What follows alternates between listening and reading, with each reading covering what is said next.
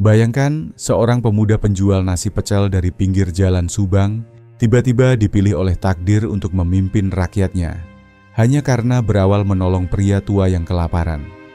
Kisah Kang Dedi ini bukan hanya tentang perjalanan seorang manusia, tapi juga tentang kekuatan hati dan keikhlasan yang bisa mengubah nasib sebuah bangsa.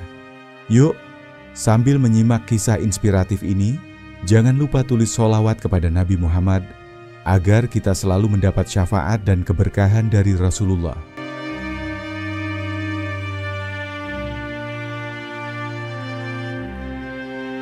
Di sudut kota Subang yang mulai ramai di pagi hari, seorang pemuda bernama Kang Dedi, usia 30 tahun, tengah menata dagangannya. Sebuah warung kecil dari tenda sederhana berdiri di pinggir jalan, tepat di bawah pohon besar yang rindang. Di atas meja kayu sederhana, berjajar lauk pauk dan sambal pecel buatan sendiri yang aromanya menggoda. Kang Dedi adalah sosok yang ramah, murah senyum, dan dikenal warga sebagai orang yang ringan tangan. Setiap harinya, sejak pukul 5 pagi, ia sudah siap berjualan. Ia memasak sendiri, membersihkan sendiri, dan menyambut setiap pembeli dengan ucapan hangat. Meski hidupnya sederhana, Kang Dedi tak pernah mengeluh. Hidup baginya bukan soal untung besar, tapi soal keberkahan.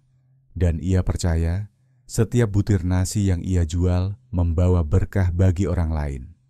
Suatu pagi, saat warung baru saja dibuka, seorang ibu tua yang membawa karung berat lewat di depan warung.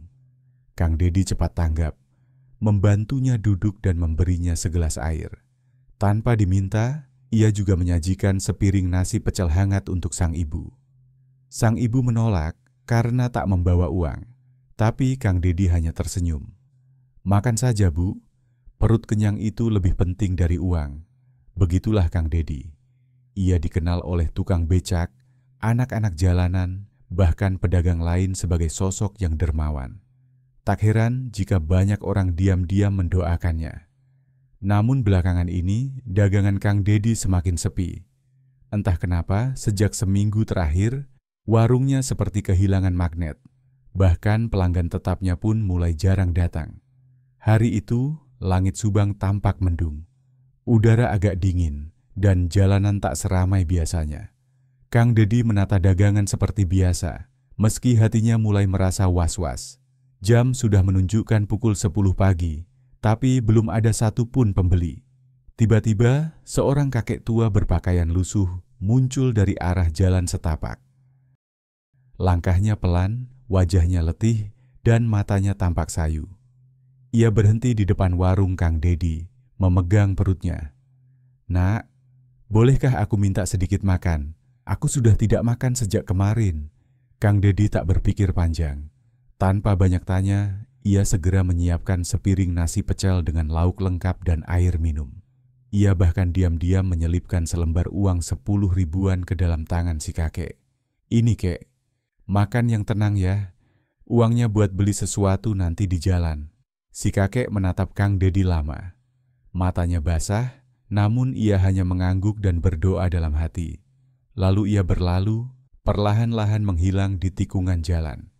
Hari itu, meskipun tak ada pembeli lain yang datang, Kang Dedi tetap tersenyum. Baginya, satu perut kenyang lebih berharga daripada 100 ribu yang tidak berkah. Langit sore di Subang tampak semakin kelabu. Kang Dedi menutup warung lebih awal dari biasanya. Tak satu pun pembeli datang hari itu.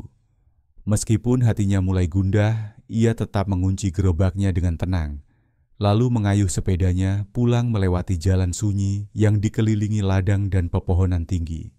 Sesampainya di tepi sebuah hutan kecil yang biasa ia lewati, tubuhnya terasa lelah.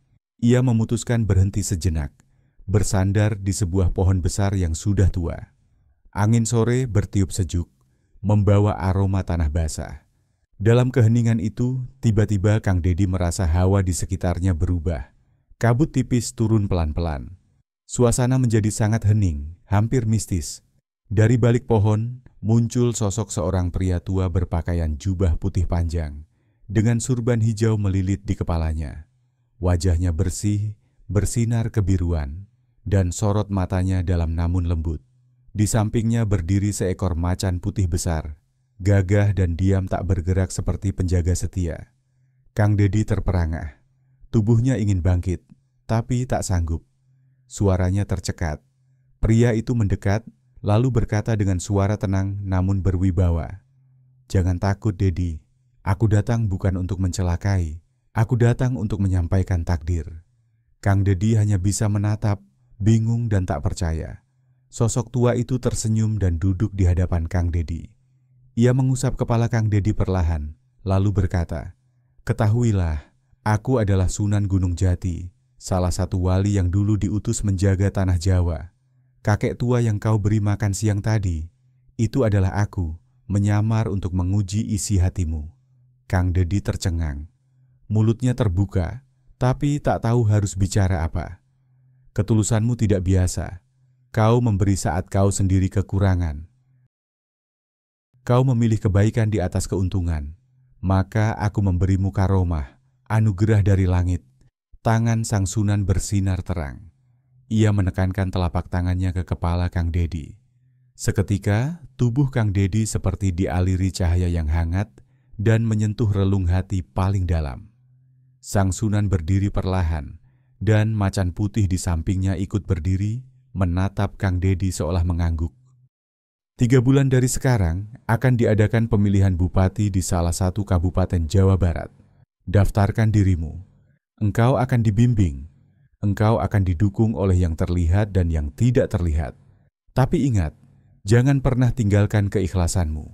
Kang Dedi masih terdiam, tak percaya, bingung, takut, dan haru bercampur jadi satu. Ini bukan tentang kekuasaan. Ini tentang pengabdian, dan kau telah lulus ujian pertama. Seketika kabut menebal. Dalam sekejap, sosok sang wali dan macan putihnya lenyap dalam cahaya kebiruan. Yang tersisa hanya suara angin dan hati. Kang Dedi yang bergetar hebat. Ia menatap ke langit yang mulai cerah, lalu berbisik, "Ya Allah, ini mimpi atau kenyataan?" Kehidupan Kang Dedi yang biasa-biasa saja kini berubah drastis setelah bertemu sosok spiritual besar. Kini ia dihadapkan pada tugas yang jauh di luar bayangannya, mencalonkan diri sebagai bupati. Malam itu, Kang Dedi tak bisa tidur. Pikirannya dipenuhi bayang-bayang pertemuan dengan Sunan Gunung Jati. Ia berulang kali bertanya pada dirinya sendiri, "Siapa aku ini? Tukang pecel pinggir jalan, disuruh jadi bupati." Ia salat malam, menangis dalam sujudnya, memohon petunjuk. Dan saat pagi menyingsing, hatinya perlahan menjadi lebih tenang. Ia tak paham sepenuhnya takdir ini, tapi ia memilih untuk mempercayai jalan yang telah dibukakan. Kang Dedi mulai menceritakan mimpinya pada 2 orang terdekat. Mang Karta, sahabat lamanya yang seorang guru ngaji, dan Yanti, tetangga yang sering membantunya di warung. Keduanya terkejut, namun tidak meragukan Kang Dedi. "Kadang yang besar memang dimulai dari hal yang tidak masuk akal," ujar Mang Karta. "Kalau memang itu jalanmu, aku akan bantu sebisaku," kata Yanti. Mereka mulai menyusun rencana. Langkah pertama, mendaftar sebagai bakal calon bupati. Saat Kang Dedi datang ke kantor Komisi Pemilihan Umum Kabupaten, para petugas terdiam, lalu salah satu dari mereka tertawa kecil. "Mau daftar calon bupati? Kamu tukang pecel kan?" Kabar itu menyebar cepat. Di media sosial lokal, banyak yang mencibir. Beberapa menyebut Kang Dedi cari sensasi. Bahkan ada yang mengolok-olok, "Nasi pecel ke istana, mimpi siang bolong." Tapi Kang Dedi tak membalas. Ia hanya diam, bekerja, dan terus berbuat baik seperti biasa. Di balik cibiran, mulai muncul dukungan dari warga kecil. Tukang becak, pedagang asongan, buruh dan petani merasa Kang Dedi adalah salah satu dari mereka. Beberapa tokoh masyarakat diam-diam mulai merapat. Bahkan seorang mantan lurah yang dulu disegani, Pak Haji Mursid, datang ke warung Kang Dedi. "Saya sudah lama melihat cara kamu hidup. Diam-diam, orang seperti kamu ini langka. Kalau kamu maju, saya akan ikut." Dukungan kecil itu menjadi titik balik. Relawan mulai terbentuk. Nama Kang Dedi Sang Pecel Rakyat mulai terdengar di koran lokal. Saat popularitas Kang Dedi mulai naik, datang seorang pengusaha kaya, menawarkan bantuan dana besar untuk kampanye. Namun ada syaratnya, kamu bisa menang telak, tapi nanti ada proyek-proyek yang kamu harus setujui. Kita bagi hasil. Kang Dedi menatap mata pengusaha itu, lalu berdiri dan berkata, "Saya lebih baik kalah daripada menang dengan hati kotor." Keesokan harinya, beredar berita fitnah tentang Kang Dedi di media online bayaran. Tapi justru itu membuatnya semakin dikenal dan dibela oleh rakyat. Malam menjelang hari deklarasi pencalonannya, Kang Dedi bermimpi. Dalam mimpinya, Sunan Gunung Jati kembali datang. Kali ini berdiri di atas bukit bersama macan putihnya. Di langit, muncul cahaya terang membentuk tulisan amanah. "Teruskan jalanmu, Dedi.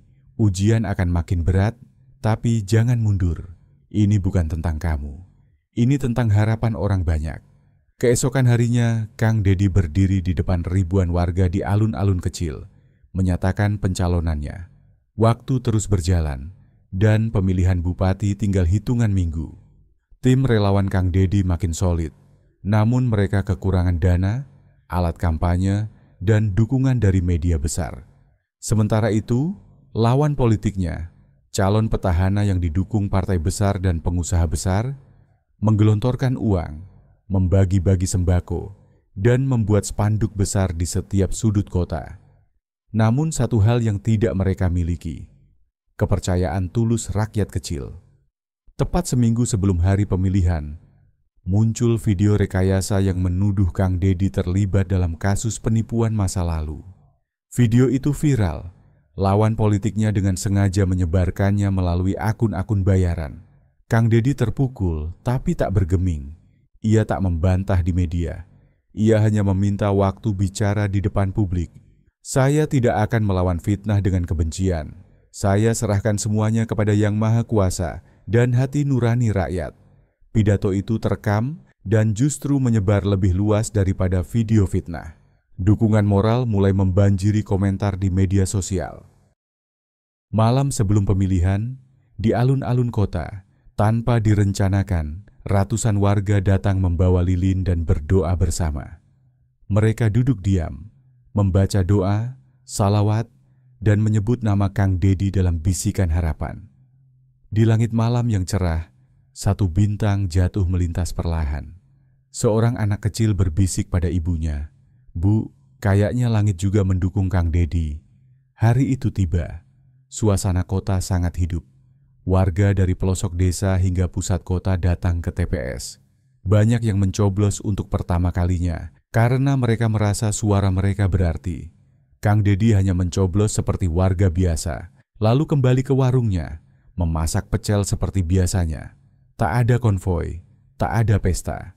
Biar rakyat yang menilai. Bukan saya yang memilih menang, tapi mereka, katanya kepada wartawan. Sore hari, perhitungan suara dimulai. Awalnya, angka masih seimbang. Kang Dedi tertinggal dari calon petahana. Beberapa pendukungnya mulai cemas. Tapi menjelang malam, suara dari desa-desa terpencil mulai masuk. Dan mengejutkan semua orang. Kang Dedi unggul telak. TPS demi TPS dari pelosok melaporkan kemenangan luar biasa. Media lokal bahkan menyebutnya sebagai gelombang pecel, simbol perlawanan damai dari rakyat kecil. Pukul 11 malam hasil resmi diumumkan. Kang Dedi menang dengan 68% suara. Di warungnya, Kang Dedi sujud syukur di atas tikar sederhana. Air matanya jatuh, bukan karena euforia, tapi karena tanggung jawab besar yang kini dipikulnya. Ribuan warga tumpah ruah di jalan, tapi ia tetap menolak pesta besar-besaran. Ia hanya mengundang semua warga makan pecel gratis di warungnya malam itu. Hari pelantikan tiba. Kang Dedi mengenakan pakaian dinas bupati, tapi tetap memakai sandal sederhana, menolak limosin, dan berjalan kaki ke lokasi pelantikan sambil menyapa warga satu persatu. Ia berdiri di podium, lalu berkata, "Hari ini bukan hari kemenangan saya, ini hari kembalinya kekuasaan kepada hati nurani. Dan saya hanya perpanjangan tangan dari doa kalian." Tangis haru mewarnai wajah banyak orang. Sebuah pemimpin baru lahir, bukan dari dinasti, bukan dari kekuatan uang, tapi dari hati rakyat. Malam itu, Kang Dedi kembali bermimpi. Di dalam mimpinya, ia berada di atas bukit tinggi, melihat seluruh kabupaten yang kini dipimpinnya dari kejauhan. Lalu muncullah Sunan Gunung Jati, berdiri di sampingnya, tersenyum bijak. Ini baru permulaan, Dedi. Bumi akan menguji jiwamu lebih berat lagi. Kelak, kau akan diminta memimpin lebih besar. Jangan tinggalkan keikhlasanmu. Dan jangan lupa, kau bukan milik kekuasaan, kau milik rakyat. Kang Dedi hanya mengangguk dalam diam. Kini ia tahu, perjalanannya belum selesai. Bahkan baru dimulai. Minggu pertama menjabat sebagai bupati, Kang Dedi melakukan sesuatu yang tak pernah dibayangkan siapapun. Ia tetap membuka warung pecelnya di hari libur. Bukan untuk mencari uang, tapi untuk mengingat dari mana ia berasal. Saya tidak mau kehilangan rasa, ucapnya ketika ditanya wartawan. Kalau lupa nasi pecel, saya bisa lupa rakyat juga. Tindakannya menuai simpati luar biasa. Banyak warga datang ke warung, bukan hanya untuk makan, tapi untuk curhat langsung pada bupati mereka. Dalam rapat-rapat resmi, Kang Dedi mulai membuat gebrakan, menghapus anggaran-anggaran siluman, memotong biaya perjalanan dinas yang berlebihan, mengalihkan dana ke pendidikan, kesehatan gratis, dan program UMKM rakyat kecil. Tentu saja banyak pejabat lama yang tidak senang. Mereka mencoba menjegal, menyabotase, bahkan memprovokasi DPRD setempat. Tapi Kang Dedi tetap tenang dan berkata, kalau jabatan ini saya pakai buat menindas yang kecil, lebih baik saya kembali jualan pecel. Bulan demi bulan berlalu. Jalan-jalan desa yang dulu rusak kini mulai diperbaiki. Anak-anak dari keluarga tidak mampu mendapat beasiswa. Klinik gratis didirikan di setiap kecamatan. Pasar tradisional direnovasi tanpa menggusur. Yang paling menyentuh, program Warung Gratis Jumat Berkah, di mana setiap Jumat pagi, puluhan warung rakyat disubsidi untuk membagikan makanan gratis bagi siapapun yang membutuhkan. Rakyat tersentuh. Bahkan mereka yang dulu mencibir, kini ikut berdoa agar pemimpin ini panjang umur dan kuat menghadapi tekanan. Suatu hari, surat undangan dari Jakarta tiba. Kang Dedi diundang oleh Kementerian Dalam Negeri untuk menerima penghargaan sebagai pemimpin inspiratif tingkat nasional. Media nasional mulai meliputnya. Beberapa tokoh politik mulai mendekatinya, menawarkan kendaraan politik yang lebih besar. Tapi Kang Dedi tetap rendah hati. Saya bukan orang penting, saya cuma penjual pecel yang diberi amanah rakyat. Malam itu, Kang Dedi duduk di serambi rumah dinasnya, menatap langit. Ia teringat mimpi-mimpinya, Sunan Gunung Jati, dan ucapan terakhir beliau. Kelak kau tidak hanya jadi bupati. Suara angin malam seperti membawa bisikan gaib. Waktumu belum habis, Dedi, ujianmu baru mulai. Kang Dedi menunduk, menutup matanya, dan tersenyum. Dalam hatinya, ia tak lagi bertanya kenapa ia dipilih, tapi mulai bertanya apa lagi yang bisa ia berikan untuk negeri ini. Di pagi hari yang tenang, Kang Dedi menerima setumpuk surat dari anak-anak SD di desa pelosok. Salah satu surat dibacanya pelan. Pak Bupati, saya ingin seperti Bapak. Bisa bantu orang walau bukan orang kaya.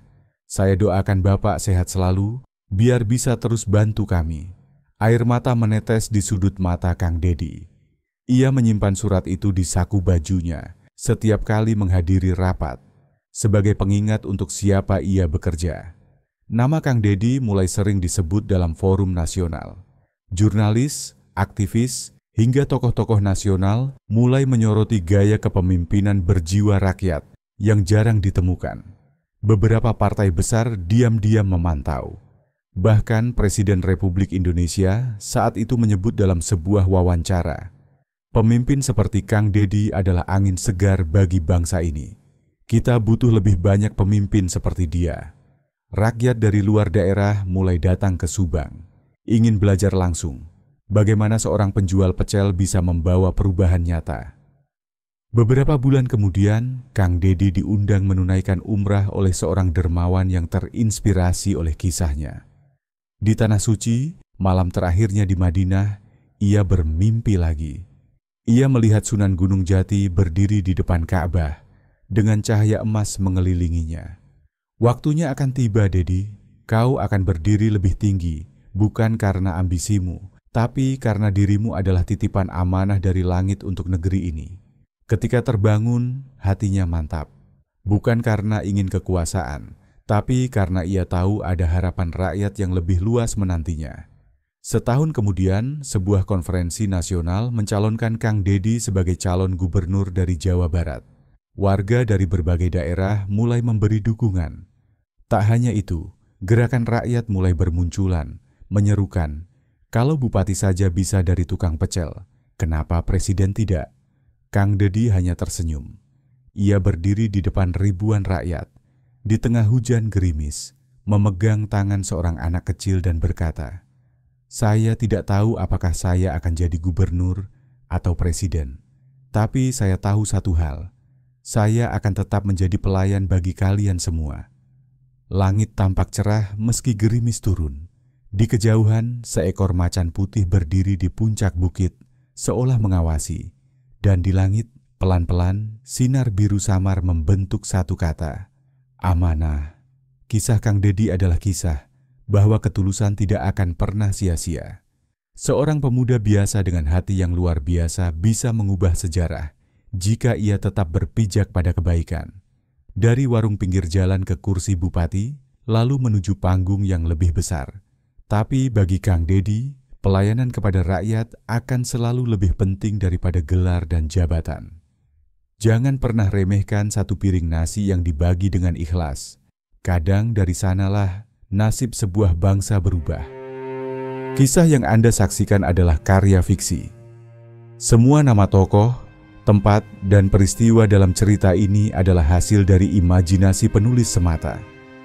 Meskipun beberapa elemen cerita terinspirasi oleh budaya, nilai spiritual, dan kehidupan masyarakat Indonesia, terutama di Jawa Barat, cerita ini tidak dimaksudkan untuk menggambarkan kejadian nyata atau tokoh nyata secara langsung.